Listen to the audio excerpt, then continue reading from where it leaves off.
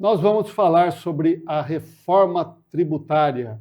Estamos recebendo aqui no estúdio da TV Itapê a Lília Souza Santos, que é uma contadora experiente aqui de Itapetiringa. Tudo bem, Lília? Olá, Edmundo, tudo bem? Como é que estão as coisas? Tudo em Estamos paz? correndo, né, contra o tempo aí para poder aprender É isso aí, essa reforma. uma nova sistemática de trabalho, né? Lília, conta pra gente um pouquinho da sua experiência aí na contabilidade. Então, Edmundo, eu estou, né, com o escritório há 34 anos. Meu escritório tem 34 anos, mas que eu trabalho mesmo com contabilidade e advocacia fazem 44 anos, né? Inclusive, meus patrões todos já partiram, né? Eu estou aqui ainda, mas os meus patrões já foram. Passei, né, por diversas fases, né, nesse decorrer da minha jornada laboral. Quando comecei na contabilidade era com a gelatina, né? A contabilidade passava a ser uma gelatina. Hoje ela é quase que uma contabilidade online, né? Então foram diversas vezes que eu tive que aprender e começar tudo de novo. E agora não é diferente, né? Com a reforma tributária eu estou começando novamente. Muito bem. E a reforma tributária está assustando e tirando o sono de muita gente. E a Lília vai contar como será essa reforma tributária, Lília. Então, Edmundo, nós agora em 2025 é um período de aprendizado, né? De implantação, de arrumar a casa, porque a reforma tributária ela vai começar na prática em 2026 e aí ela vai até 2033 para poder estar 100% Implantado. implantada. Então, hoje a gente está estudando e orientando, né? E aprendendo. Então, é um conjunto de normas, né? Que a gente tem que aprender, quase que sendo autodidata, né? Pega um pouco aqui, um pouco lá, lê a legislação para poder entender um pouco o que vai ocorrer com a vida das pessoas, né? Que vai impactar. É bastante mudança e eu vou pedir para a Lília destacar algumas dessas mudanças aí na tributação, tanto pessoa física como jurídica. Sim, então, a princípio, essa reforma tributária ela está sendo implantada para o consumo de bens e serviços, né? A principal eh, meta agora é modificar esse sistema arrecadatório, tanto para a pessoa jurídica quanto para a pessoa física. A pessoa jurídica é uma gama maior de diversidade, né? Porque cada um tem o seu ramo próprio, né? E tudo vai ser tratado de forma individual. Não dá mais para você dizer que você trabalha com um determinado ramo e que aquela mesma sistemática sua de gestão pode ser aplicada ao seu concorrente que tem o mesmo produto ou o mesmo serviço. Cada um vai ter que fazer o seu estudo de acordo com a sua gestão interna. Lília, de uma forma geral, como é que a pessoa física deve se preparar para a reforma tributária? Então, Edmundo, como eu te falei, cada situação ela é individual, não dá para se falar no coletivo, porque para a pessoa física a principal mudança vai ser na venda de imóveis e locação. Esta é a principal. Lógico que tem outras, né, no mútuo, tem outras situações que vão modificar, mas que não impactam, não é aquele do cotidiano. Agora, locação e venda de imóvel faz parte da nossa, quase que da nossa rotina, né, de vida. Então, essas pessoas que, né, que têm imóveis locados ou que pretendem vender o imóvel ou comprar um imóvel no próximo ano, ela tem que fazer um estudo individual para ver qual é a melhor forma que ela vai trabalhar. Isso significa que vai ter um aumento da tributação para quem, no caso, loca um imóvel? Seria isso? Sim, porque hoje a pessoa física que loca o imóvel, a maioria não declara, né? Aí o que o governo pretende implantar? Um CPF para cada imóvel. E com isso ele controlar a arrecadação dos aluguéis.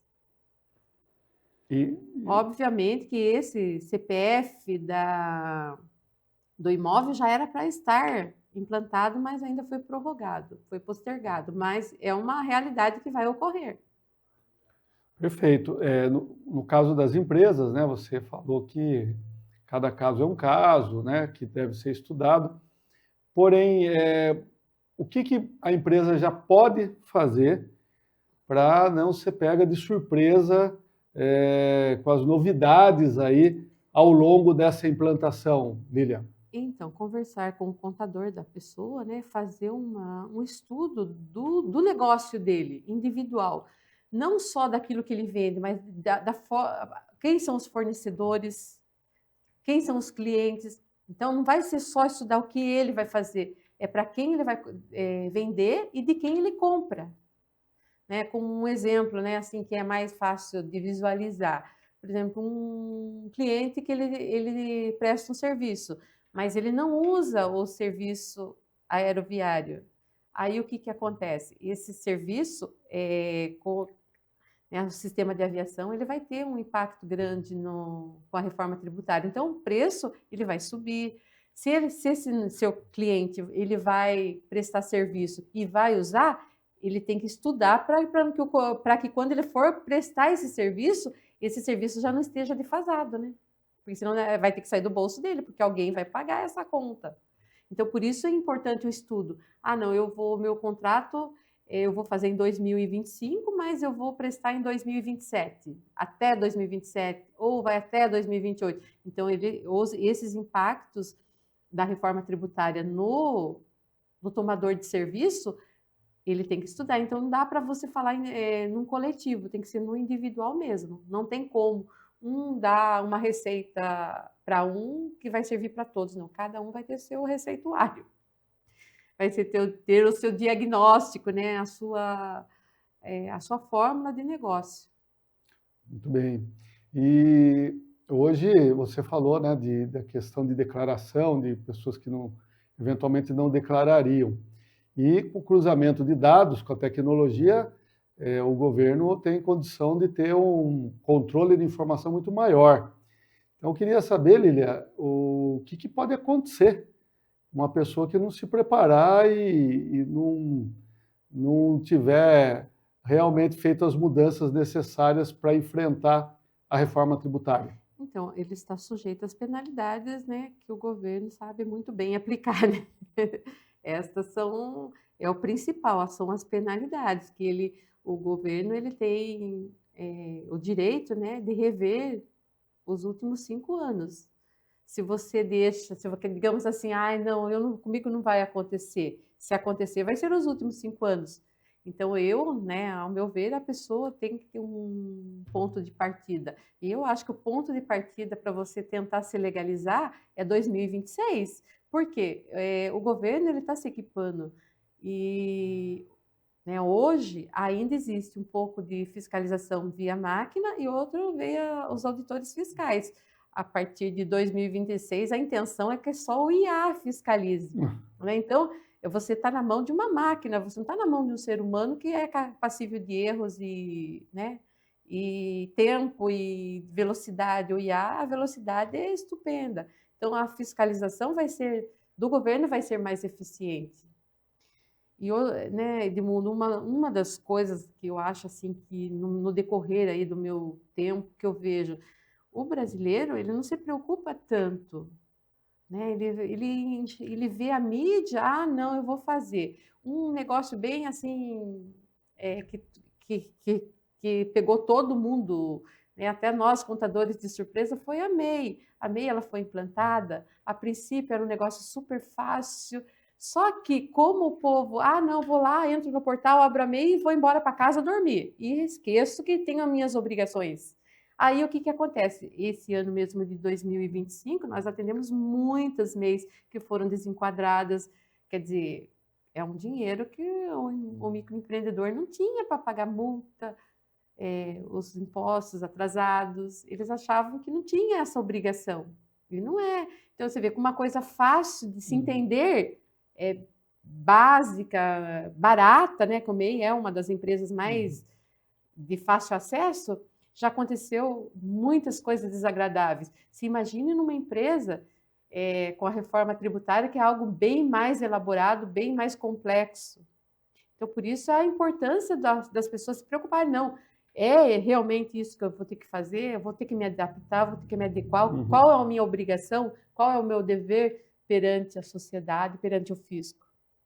O brasileiro ele vai ter que parar e pensar e fazer para depois começar o negócio, porque se ele vai na entoada de que comigo não vai acontecer, com a reforma tributária talvez não seja bem assim, vai pegar mesmo.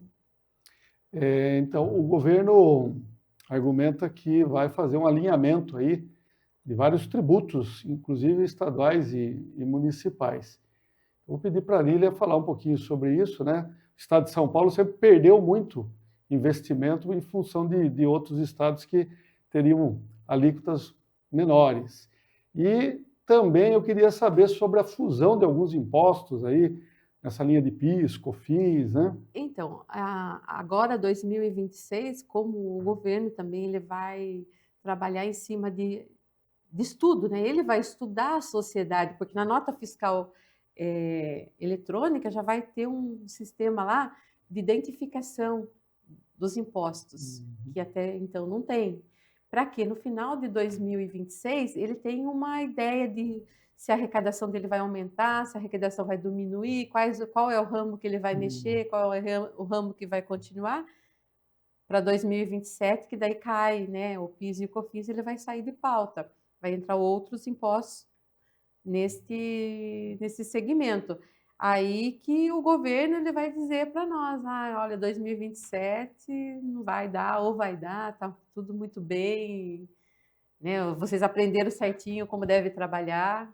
Então é tudo um estudo ainda, tanto da parte da sociedade quanto da parte do governo também, da fase arrecadatória, né? Está em andamento o processo de mudança, é isso, né? As mudanças haverão até 2033, né? Então, nada é certo e nada é definitivo. É gradativa. E também não é definitivo. Né? O governo ele disponibilizou no site da Receita Federal uma calculadora para que você tenha ideia de quanto de imposto você vai pagar. Né?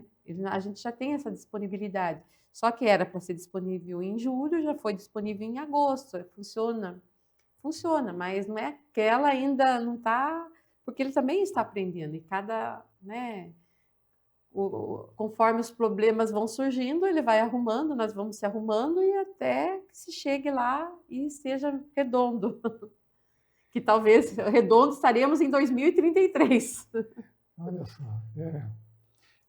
Pois é, o assunto é importante, mas o nosso tempo já está acabando e eu vou pedir para a Lília fazer suas considerações finais, falando principalmente para encerrar esse assunto sobre uma mensagem aí para as pessoas se prepararem para essa grande mudança na reforma tributária.